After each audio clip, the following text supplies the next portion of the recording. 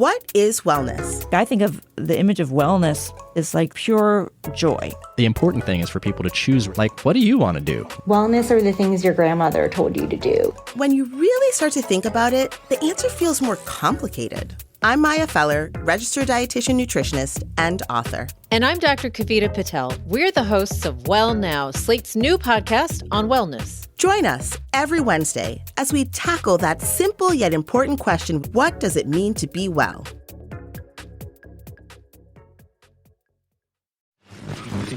Edit audio.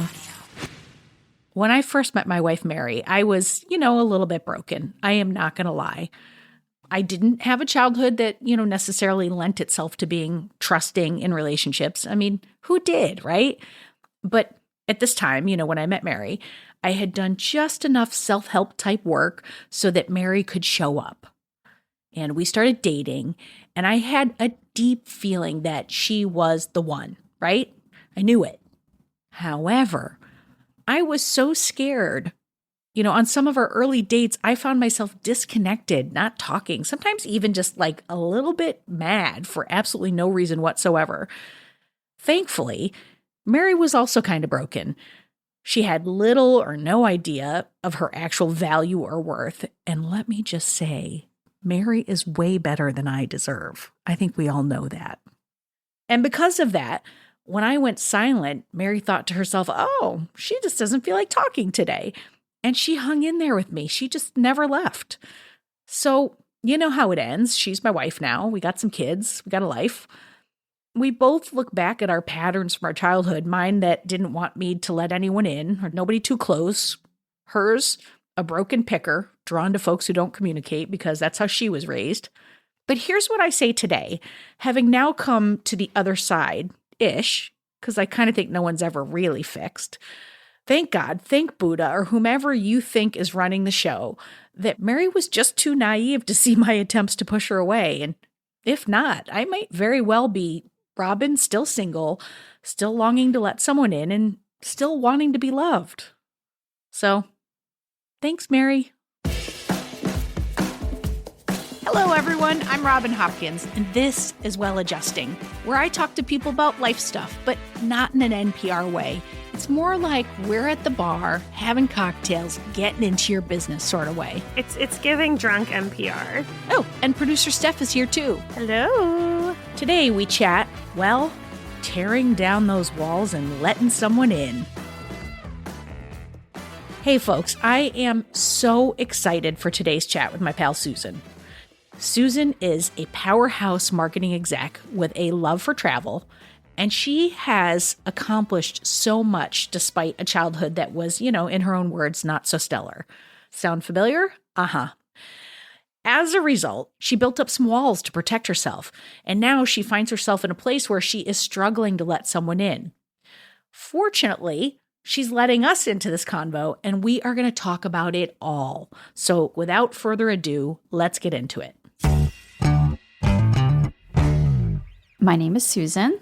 I am the head of marketing for a major publisher, and I am 48 years old. I am fabulous.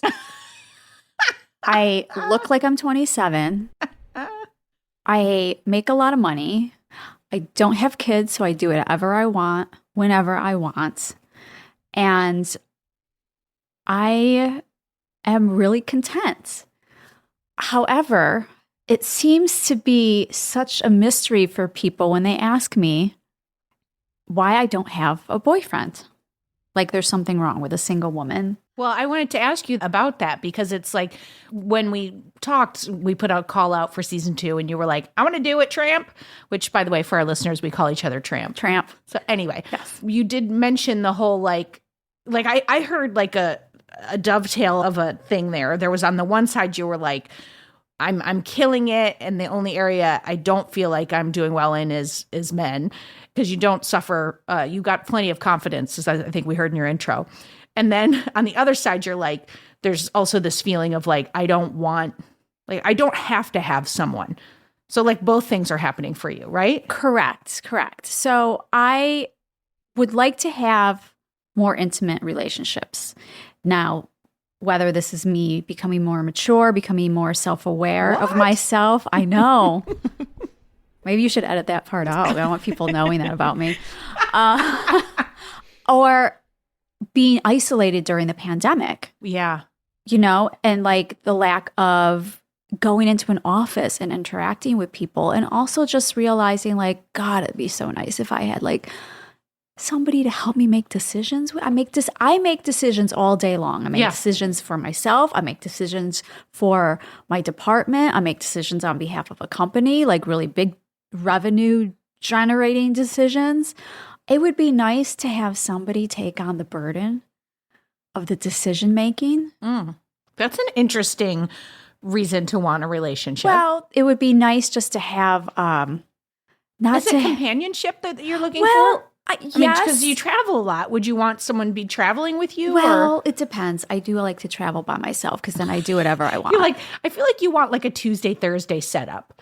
Like you want somebody who comes over on Tuesdays and Thursdays, and you want to know they're there. You want to know that you can call for decisions, but you don't necessarily want them in your life all the time. Well, I don't know. Is that fair or is that not fair? Let's see. I got out of a serious relationship like it's been almost 5 years ago. People don't know.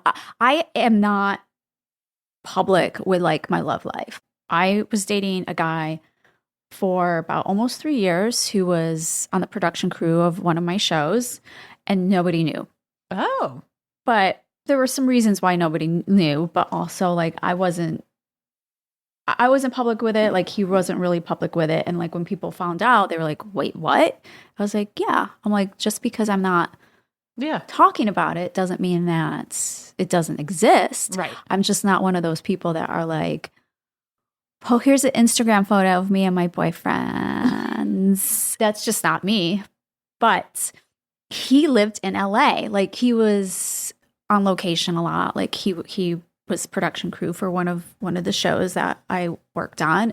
And I basically have not had a relationship with somebody in New York City that like lived close to me since 2002. Well, I think a really important question or distinction that we need to make here is there's societal pressures, right? But then there's also like what you want. So like, I guess the best way to say it is like, is that a problem? What part of it is an issue and what part of it is just like everyone can go fuck themselves. I'm going to do what I want to do. It's a lot of things. So my childhood wasn't the best. Right. I'm familiar with this. You know, about that. And, you know, I've built a fortress around myself. If I were a character in Game of Thrones, I would be the wall. Yeah. Because it's interesting. The word that you chose was you wanted to bring in intimacy. You didn't say I want a partner. You said you wanted intimacy. And I know I'm very tough to break through. And that's me. That's how I cope. That's how I survived my childhood. And, you know, it doesn't work for me really when I'm an adult, but like I'm self-aware. Right. And I recognize it. Whereas before I didn't until like I, really started to go to therapy to talk about my anxiety issues. And that's when everything else kind of came up. I need to feel safe with somebody. Like I want somebody who is going to be my safe place, but also my biggest adventure. Oh, that's such a nice way to say that. So I want them to have a safe space where I can be myself, and feel protected. And with that comes consistency. People aren't consistent anymore. Right. Well, but I mean, I'm struck by the fact that you're choosing people across the country. I mean, nothing says you can come in a little more than that. Yeah. Well, the thing too is like I don't chase, I attract. When I say that, Ooh. I don't go looking for a relationship. Like it kind of just falls in my lap. It's the exact opposite of my entire dating career. I don't go I'd be like anyone? And Is this thing on? Yeah. Like I've never actively looked for a boyfriend. Like usually I would just meet somebody and it would develop from there. Are you choosy about who's coming through? Like if let's say 5 men are coming up to you, are you going out with all 5 of them just because they approached you? Or are you like, no, maybe one of those 5? Like, are you choosy? Are you looking for? Oh, I won't go out with anybody that approached me. I don't like strangers. So then how are you meeting anybody? Here's the thing. So I actually had to look this up to see if this was a real thing, but it's called... she's got notes, everybody. I It's have the notes. best. I was like, you can't answer these wrong. It's about you. So I don't know if this is me, my genetic makeup, or if it's because of my trust issues, but there's a term for it called demisexuality, and it's a sexual orientation in which a person feels sexually attracted to someone after they've developed a close emotional bond with them. It doesn't guarantee a person will feel a sexual attraction, but like that bond is needed before. Right. So, So- you can't date anybody that you don't already feel close with. I don't date strangers. I'm not even interested. Like, So there's no I've- internet dating for you. That's never well, happening. first of all, I'm not going to contribute to the pussy affluenza, which is the pandemic in this country because of these dating apps and men that feel like they're entitled to like have sex with a woman on a dating app, because all it does is perpetrate the bro culture on like what men are entitled to. So I won't do that. I don't think I've ever heard that brought up about the dating apps before. I mean, we're both gay, so they're a bit that's true. different. That's true also. So there's that. Just gonna say Thank that. you, producer Steph, for pointing out that obvious. Thank you. Well, yeah, I think dating apps have really desensitized people In what way? in what a relationship should be and like the emotional connection and like the intimacy that comes with it. Like, Do you think it's more like Grindr? That's the mentality behind it of Well, like, we're probably gonna have sex and I just yeah, like I feel like whenever I've like gone on the apps, and I actually have never, I think the only time I ever actually went out with somebody on a dating app was when they first started. So this was probably like 2004. And I went to dinner with this guy who had he was in publishing, and one of his books was on the New York Times bestseller list, and all he could talk about was his ex-girlfriend. Oh God. you were like, yeah, no, thank I'm like, you. I'm too pretty for this. But like I've tried them because I have friends that do the apps, and I'm like, I think they're so brave to actually put themselves Yeah. out there. But I get messages like, send me a picture of your feet. Wow. The dick pics. Yeah. I mean that, yeah. It's such like, what do It's you almost men- like they're just like throwing it out there to see what sticks, and then maybe they'll get a girl they get to bang. Okay, wait. So I've taken us off track. Let's I know, come I've back. totally no, gone off track. No, I love it. It's good. This is how it goes. But like, let's come back to what you're okay with and what you're not okay with. I've never wanted children. Mm-hmm. So I've never really made dating a full-time job, trying to find a baby daddy, trying to find a husband to have children with. That's interesting. Like if you know you don't want to have kids, and then you combine that with maybe a little bit of like a protection mechanism from your childhood, and then boom, you only date men from Los Angeles. But now there is a thing because of the pandemic that has come up of wanting something. I want something. I do. I want to have intimacy. I want to have like great conversation, but I also want to be able to spend time with somebody and like not talk either. Like there's an intimacy with that. Yeah. But it's difficult because first of all, I used to chase emotionally unavailable men. And that could have been growing up. I did that too, but it wasn't men, but I chose really emotionally unavailable people. Yeah. And I was like, I'm going to fix them. But Oh, I didn't God, think fix I them, was fix fixing them. I wasn't thinking about fixing them. I was just like, if I can get them to maybe make me a priority, like, because I was not the priority in growing up. So I realized when I was doing that, and I was just like, I'm not making excuses for emotionally unavailable men or not. Like, if they're interested, they will take action. I've dated guys that were, they said the right things, but their actions. Sure. But do you have an understanding today of why you did that? Oh, yes. You base your relationships around what you see growing up. Yep. Like my parents were not affectionate at all. My dad didn't make us a priority. Yeah. We were not his priority. His priority was his own interests. Everything revolved around him and his own interests. Like I couldn't even play sports. Like they didn't put me in like sports as a kid because I had to go with them to car shows or to go with them to visit my grandparents. Like it wasn't about me. You were just in their life. I was in their life. Them raising you. Which I think, you know, if you're going to adopt a child, you should really think about why you're adopting a child. Anyway. But do you also think it's possible that choosing unavailable people could be about then you don't have to let someone in? If you choose someone who's unavailable, I mean, I was a queen of that. Yeah. Because as soon as I broke them and they became available, I'd be like, well, now it's too late. Yeah, And then I would leave. definitely. I'd be like, well, I wish you had done this from the start. Meanwhile, no, I didn't. Yeah. Like I was just, I wasn't ready to let anybody in. Definitely in my 20s. Definitely in my 20s. I mean, now I'm very picky with who I let in. I'm not just going to let anybody in because my time is the most valuable thing I own. Mm-hmm. So it's kind of like I'm at a point where like, I don't trust people. I have to know people first before they become part of my inner circle, but also because like my time is very valuable. So I'm not just going to waste it on anybody. I especially value my time the older I get. I think to a certain extent, the idea that you have to know them prior to is a little bit of a setup. Like, I think it's another way of not being open. I'm just not attracted to somebody I've just met. Well, and I'm not saying you have to be, but I think you know what you want. Like I think you've done a really good job of articulating the companionship and the what the partnership would look like.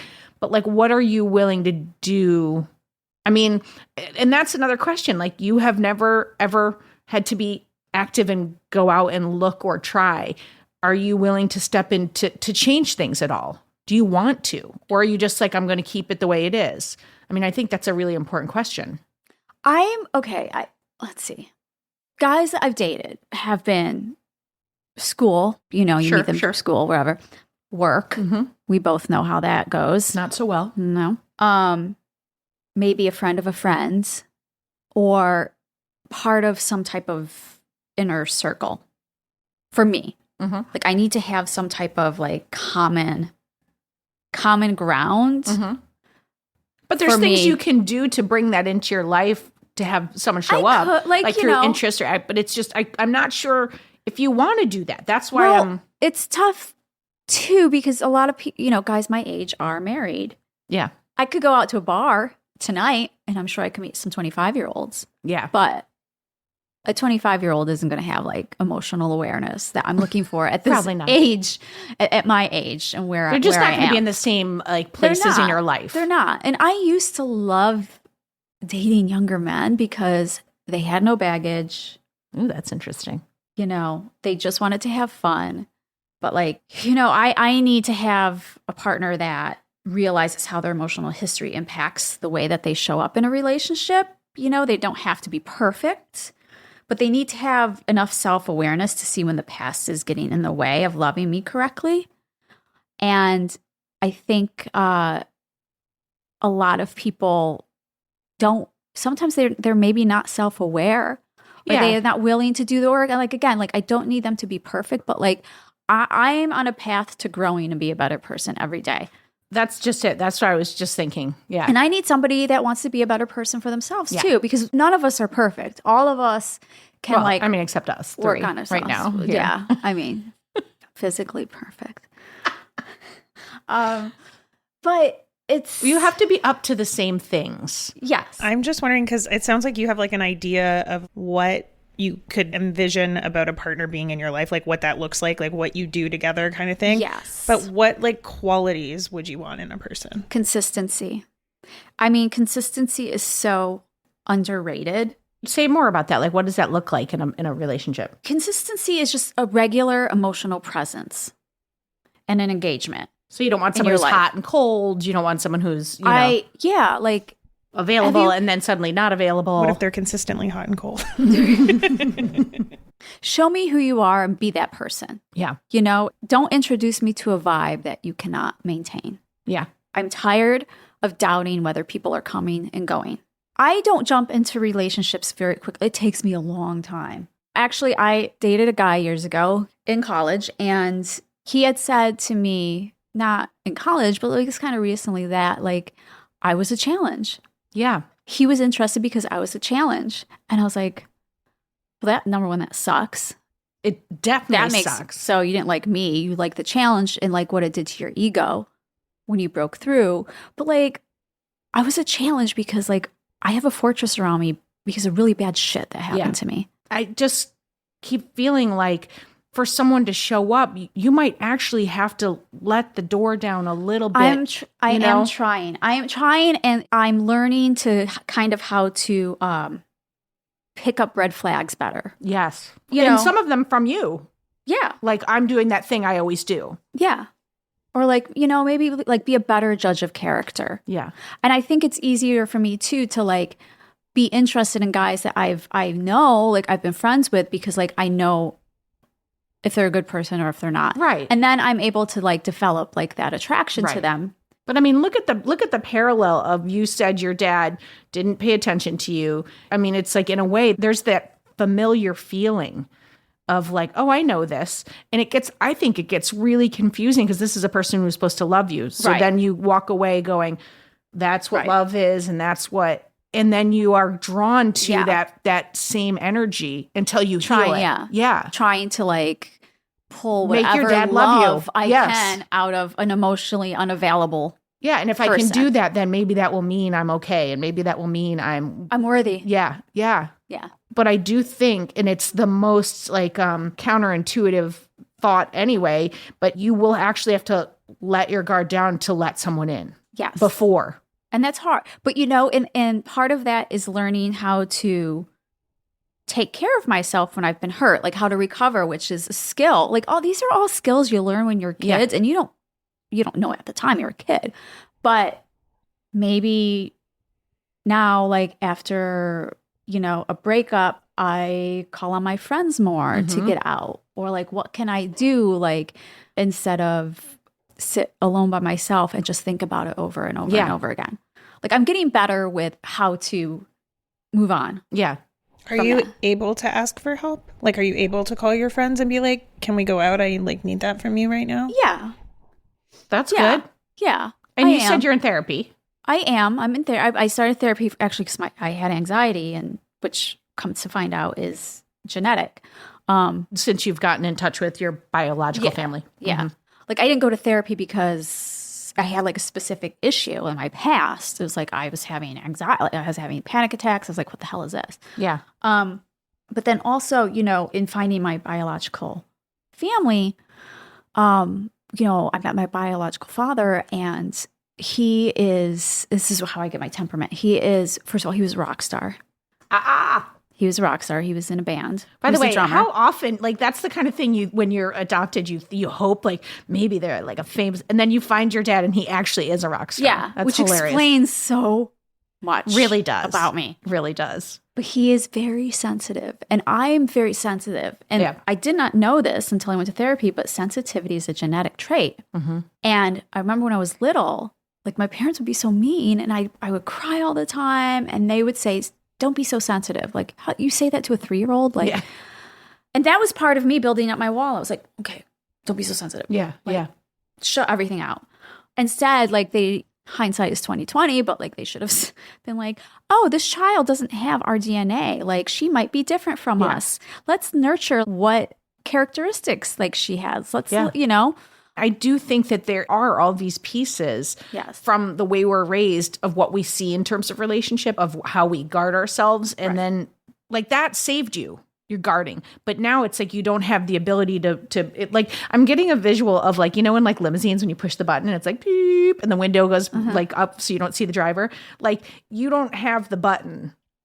You just have the wall that you built. Like, you need to install the button so that the boop, so the mirror can come down and you can go, hi, I'm Susan. But without that, you're just going around like punching people in the face before they'll punch you. Oh, yeah. Well, my defenses are up. I'm always on the defense. But I feel like you're just like right on the verge of letting someone in. I am. But also, here's another thing. There's a lot. There's a lot of reasons why I am still single. It's the fortress around me. It's the fact I didn't want to have kids, so I didn't make relationships a priority or dating a priority. Like, at my age, I need to have somebody that can bring something into my life that I can't provide for myself. I can provide for, I mean, I could buy myself whatever I want. I don't need somebody to pay my rent. I don't need somebody to buy my comic books for me. I could provide everything that I require. And that's another reason why my standards are really high. So you're coming in guarded. You're coming in, I got it. I don't need you to do this. I don't need you to do that. I'm doing all that. Just be here for me when I want you. So it's like, you do have to recognize that none of that sounds wildly open. Right. If, And I'm sure if we're it's laying not it very out there. romantic either. So it's like, okay. We're not hearing like, a lot of romance in what you're saying. I'm hearing a lot of, I want a business partner. I want someone to join my LLC. I do want a business partner. Who sometimes we have sex. I'm so fixated on this, but like, what is the thing that you want? Like, what is the thing that the person can provide? Right now we're talking about like all the stuff you don't need. Mm-hmm. Yeah. But like, what do you want? Like, what do you need? What could someone bring to the table that you'd be like, oh, fuck yeah. A companionship. Like, I do want to have my own family, a family on my own terms that works for me. You know, my parents are older, and when they go, I'm it. Yeah. And I would like to have somebody to be You want your person. I want my person. But at the same time, I can see myself. She came right around. Did you hear that? She came right in. She came right around. You heard that stuff. But yeah, at the same time, I could see myself being like, I'm going to Paris and I'm just going to I be think wild we have and free. well established that you can do it on your own, that there are many things that you like that are yours and you want them to be yours. But what's not so well established is how you're going to let someone in to help. Because if all of your language is, I have it, I got it, and you don't have the button installed to bring the glass down, I don't know what room there is for anyone to come in. So I should let them. What should I let them do? Like pretend that they're taking care of me when I'm taking care of myself. No, but I think there's room for partnership in some things. I don't know how to. Yes. I don't say I don't know how to do that, because I think that when I am in the relationship, like after I let somebody get past that point of like, okay, you're in my inner circle now, I'm a good partner. Mm-hmm. You know, I don't assume that they could read my mind. I'm very, if I say like, hey, like I need more of this from you, or I need less of this from you, or like I'd like you to do this or whatever. And it's just, I feel like I'm good that way. You know what's funny though, Tramp, is that if you were to Tramp in this situation, sorry. if you were to let somebody in the earlier stages, and I'm not saying like bring the whole fucking wall down and just be like, here's my credit cards. No, I'm just saying like if you just brought it in enough so you could start to get to know somebody. Yeah. If it goes south, the breakup's going to hurt a lot less because you really are just in that beginning stages of things. Yeah. So you have to find a way to safely, for you, let the wall down some. Because I think if your criteria is the only way I'm willing to meet someone is I must know them, then that's going to be pretty darn hard. Like, I think you have to be willing to be like, all right, I love traveling, so I'm going to do some travel groups, and maybe there'll be someone who's like you have a similar, like something that you love, a hobby or whatever, and then you get to know each other that way.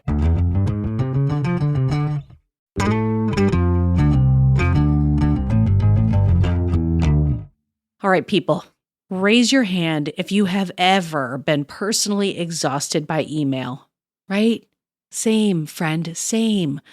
We're all so constantly inundated with email.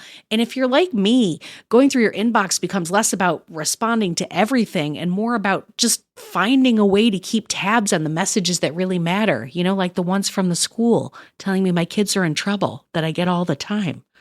Anyway, that's where SaneBox comes in. Think of it as an EMT for your email.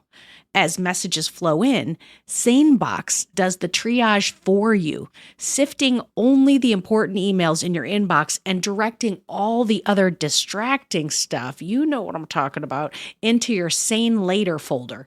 So you know what messages you need to pay attention to now and what stuff you can get to like eventually after maybe a nap or, I don't know, a cocktail. It also, and I know I'm waxing poetically, but it has some very handy features like the sane black hole, where you can drag messages from annoying senders that you never want to hear from again. Bye, friend. Oh, and it also has sane reminders to ping you if someone hasn't replied to your email by a certain date. I mean, nothing like having to follow up on your follow-up, am I right? All right, best of all, you can use SaneBox with any email client or phone anywhere you check your email. I mean, come on. See how SaneBox can magically remove distractions from your inbox with a free 2-week trial. That's a deal. Visit sanebox.com/well today to start your trial, and you're going to get a $25 credit. That's sanebox.com/WELL. Go ahead, folks, get it. Robin always says, like, you put it in the universe and the universe responds, which, like... Did you hear how Steph doesn't believe what I say? I don't know if I believe it, but I do believe that you have to, like, admit to yourself when you want something. And you're partially admitting it. Yeah, but I feel like there's a fear associated with telling yourself that you need a partner. Because it's not that you need one, you want one. I wish this was video and people could see the face Susan just made. But I don't know that you could sit, like, even when we're like, you know, what do you want? You're like, well, I want this, but do I want, you know, like, yeah.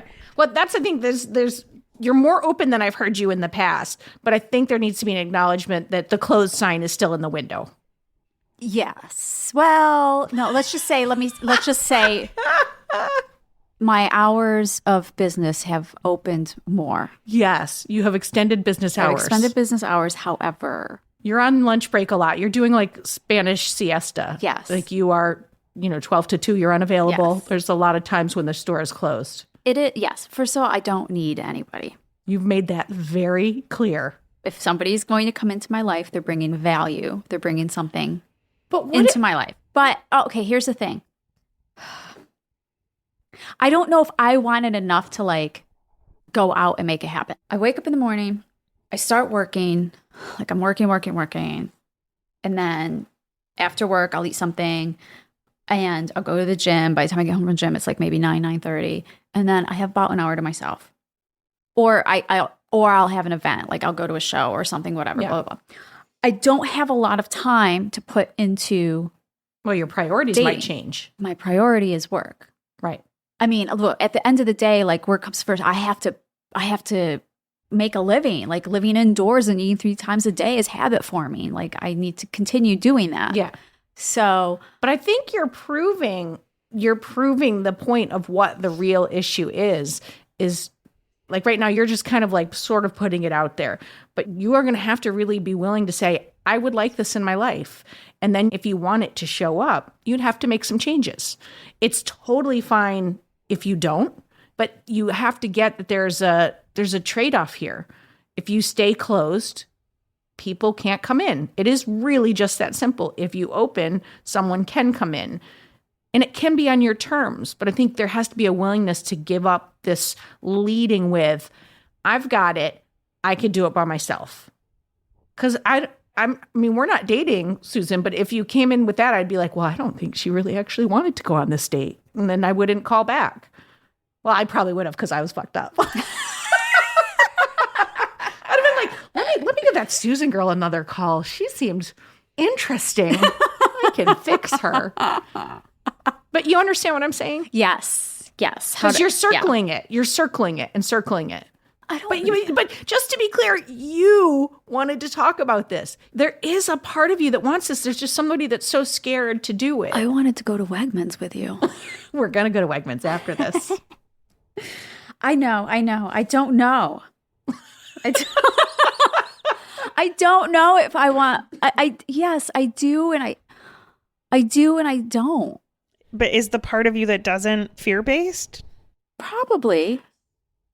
Yes, because I didn't grow up. Yeah, I've been hurt. I didn't grow up with parents that had a relationship that I wanted to emulate. Oh, here it comes. She's got a big thought. Here it comes. We're ready. I believe that the most important thing a woman could have is her financial independence. Mm-hmm. Retweet. And that is from your childhood. From my childhood. Yeah. So that is a reason why I am so like money driven. Yeah. But then you're in the past, though. You get that, right? You're not living in the present. You are living in the past, and you are back in your childhood when you're doing that, because that's not happening any longer. But it's my my independence is it's the most important thing I have. But you can see you're triggered, though, right? Because it's what you're saying is not logical. It is in the sense that it makes sense that this is why you would feel this way. But you have your own financial independence. There are many relationships where people never commingle their finances. I'm speaking logic and you're speaking fear. Yeah. Yeah, my independence is everything to me. Yeah, yeah. Everything. And it makes sense that it would be. Yeah. But you don't have to give that up to be with someone. I think that's what I have to reconcile. Yeah. I want you to put like a little sticky note on your mirror or something that says like, I have built this and I'm safe. Yeah. Because regardless of like who comes into your life, you can leave. You have the fortress. You built the fortress. You're financially secure. You have a job. You have friends. You have an apartment. Like, you're fine. But like, you have to believe that you're fine in order to like let someone in and not. Because when that stuff is coming up, that's a really great point, Steph. Like when that stuff is coming up, you don't feel safe, but you are safe. I never had safety. My childhood was not safe. I did not have safety at home, and I have safety with my family. So it's not just in relationships where it's like I have to. It's in life. It's general. Like like just learning that like I'm safe. Like I'm you are safe. safe now, but like I never feel safe. Yeah, but you couldn't even say I'm safe without going into the butt. Like that's your embrace is that I'm safe now. I mean, growing up, I didn't know what mood my parents were going to be in. It was like walking on eggshells constantly. I mean, you know, as a child, like that's horrible. Like, God, no wonder I had anxiety. Yeah, as a kid. Well, and you didn't have another sibling to lean into. It was just you, and you were just there. And when you're that age, again, the great Patricia had said, you have to make yourself wrong because they're your parents. And if you make them wrong as a kid, you'll feel unsafe. Yeah. So you make yourself the one who's wrong or bad, or you shut down. Like if I'm in a relationship, or what I used to be, I don't do this now, but things weren't going the way I liked it, I would start getting my things back from them. Oh yeah. Like before, and start putting it in like bags or taking it back to my apartment because I knew I was going to step out. So I'd get all my things back. It's a big deal that you actually left things. Yeah. Yeah. I've never like kept things at someone's apartment. Yeah. These are all little things that you could do that's growth. If and when you are open. That goes back to the original point at the top of this interview is you don't have to do any of this, Susan. You don't. It's what do you want? If you want to be with someone, you're probably going to have to, and you want it to be a healthy relationship, you are going to have to drop some walls and stuff. But you have done perfectly well until a global pandemic came up. Then you were like, well, shit, I don't love this. But you could continue on and you could have people that come in and out and that would be okay. It's just if you want more, you may have to be more vulnerable. Yeah, that's the tough part. Yeah. But I want you to feel safe in your life for you. Yes. Not to let someone else in. I think that will come, but like I want that for you and I'm sure you want that for yourself. That's a really great point. It really is.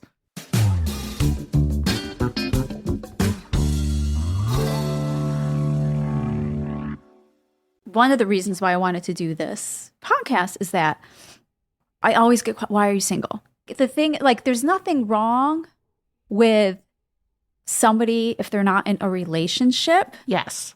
But at the same time, too, it's like you got to understand, like, when somebody's been single for so long, they're in their comfort zone. Like, whoever comes into my life now is competing with my comfort zones. I think instead of like it competing with your comfort, maybe it's like it's adding something. You know, like reframing it in your mind to be like, okay, like maybe I'm going to the gym an hour later, but like I also got to snuggle and that's good for my body and my mind. Yeah, like look, there's times I wake up in the morning and be like, God, it'd be nice to have somebody make the coffee. It'd be nice somebody to be like, let's go have breakfast at a diner. So I'm not sitting there being like, should I make breakfast? Should I go to Dunkin'? Should I have Seamless deliver? Like, but like it's not just about them making, it's that you want someone there for the experience with you. I think you Yeah. need to reframe that. Okay. Because you're saying because you are saying it just like it's like if you want a robot that's there is going to be like, I will make the coffee. Yeah, no, I want somebody to share life, Yeah. to share life with. Like my senior year in college was the best year of my life because I shared an apartment with 3 other girls. They were there every morning when we would wake up and when I go to bed, and they're actually happy to see me. Like we would wake up, we'd have coffee, Yeah. we would talk. Like like they felt like a family Yeah. that I did not have growing up. Like I had like a bond. They there. were like chosen family. Yeah. They were chosen family. Yeah. I have like there's been a little depression like since college. Yeah. Like even to this day, we're like, I miss that. Yeah. I miss that. Like I wish I had that. Yeah. Um It's so funny because like we come from a similar upbringing, a similar, and I had that same experience in college. They became my chosen family and they're still my best friends. And it's that intimacy and friendships. It's different from a yes. partnership. Yes. And it's like And it's I'm equally as important. missing that. Like I miss that intimacy. And that's something that I love my independence, but like I really miss that intimacy and that bond, which I guess like it doesn't have to be with a boyfriend, but like having an intimacy with your friends. And that's something too, like that I have missed during this pandemic. Yeah. Well, you've started to open the door. Yeah. I think you know what the next steps are. And I think you'll slowly walk that way. Just the awareness is a huge, huge step. And knowing like, oh, this is missing. I think I might want to put this in my life. But then knowing you're going to come up against some of your fears makes it hard. But you're resilient. Yeah. I'm a survivor. Yes, you are. But I think I do need to have like a little more girlfriend. I don't know. Maybe if I don't Maybe know. that's the starting place. The I was starting going to place. say, like, is have like your a, wall up with like new friendships? it's just sometimes a little bit. But that might be a wonderful place to start. Yeah. And I honestly think like as you just start to say, oh, I am aware this is what's holding me back, moments will come up. Like as you're aware about red flags about people, that's why I was saying you'll have red flags. You'll call out on yourself. Like, oh, this is me doing that thing. I can see I'm Yeah. doing it. What could I do to maybe do less of it right now? Yeah. How can I don't want to make yourself wildly uncomfortable, but just a little uncomfortable. Like, what am I willing to give up that's holding me back? You said it. You are a survivor. You will always be okay. I want you to come back to us in a few weeks. I don't think we should give you your declaration. Love when Robin gets homework. That's right. I don't think we should give you your declaration. I think you should spend a couple of weeks exploring what are the words that you want it to be. And just think about it and see what comes to you. Here's what I know. Like you're going to go and you're going to think about this and you're going to come back to us and maybe we'll share it in a future episode or whatever. I think you're going to do great because one, I already know you are a survivor. I already know all the things that you've been through and that you've done. And you are generating this. You started this conversation. There's an openness there. And once you can do it, you can do it more. So I got faith that whatever it is you want is going to come. I just want to meet somebody organically, like at Wegmans. If we're like, I'll be picking out cucumbers, he'll be looking at the melons, we'll glance over at each other. Ooh. I love this loving rom-com. this. I love it. I love this rom-com. Well, thank you, Susan Natoli, for sharing the story with us and being willing to just be open and really look at it. Because I think it was a really fun conversation. Thank you, tramp.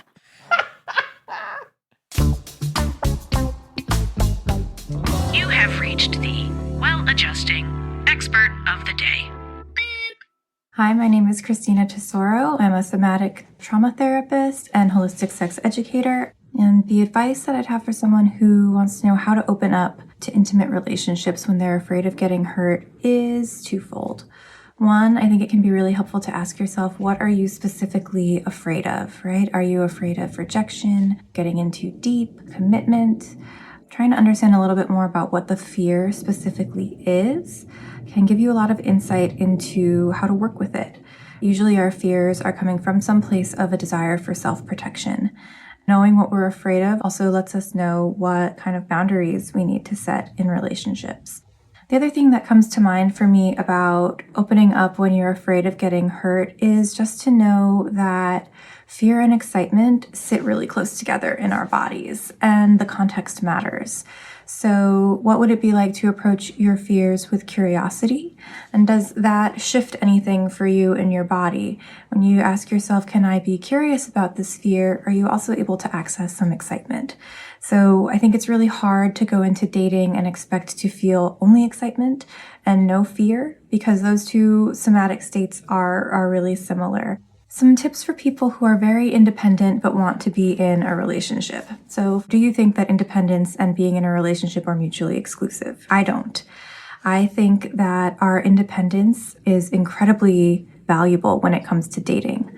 One of the things that I see a lot of in my couples is codependence, right? This real tension and difficulty of having a really hard time separating what is mine and what is yours and getting caught in a loop. People who are very independent, what I hear in that is that we are very protective of our autonomy, and we are very protective of our goals for ourselves, of our desires. Is that protectiveness serving us, or is it getting in the way? I also think that questioning our relationship styles can be really helpful in approaching this question. What do you want out of a relationship? How much time do you feel good about spending with someone? How much time do you want to spend alone? Our relationships can kind of look like whatever we want, and the only people who have to sort of agree on it are the people in the relationship. So talking about what your values are, what your expectations are, what your desires are, and what your capacity is, there's no reason why an independent person shouldn't also be able to be in a relationship. So part of what I hear in this is a little bit of self-sabotage, right? What's going on when I'm getting in the way of my own happiness, when I'm getting in the way of my own stated goals for intimacy?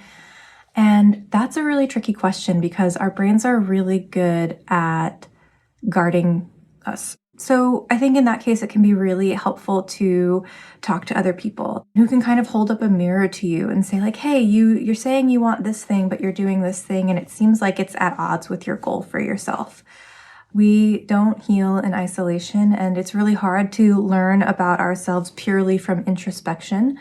Most of what gets in our way in terms of relationships is how much we want to protect ourselves. And that is a normal and healthy way to be, because relationships can be really scary. They can make us feel really vulnerable. So having good people around you, having people offer you feedback, and just taking your time.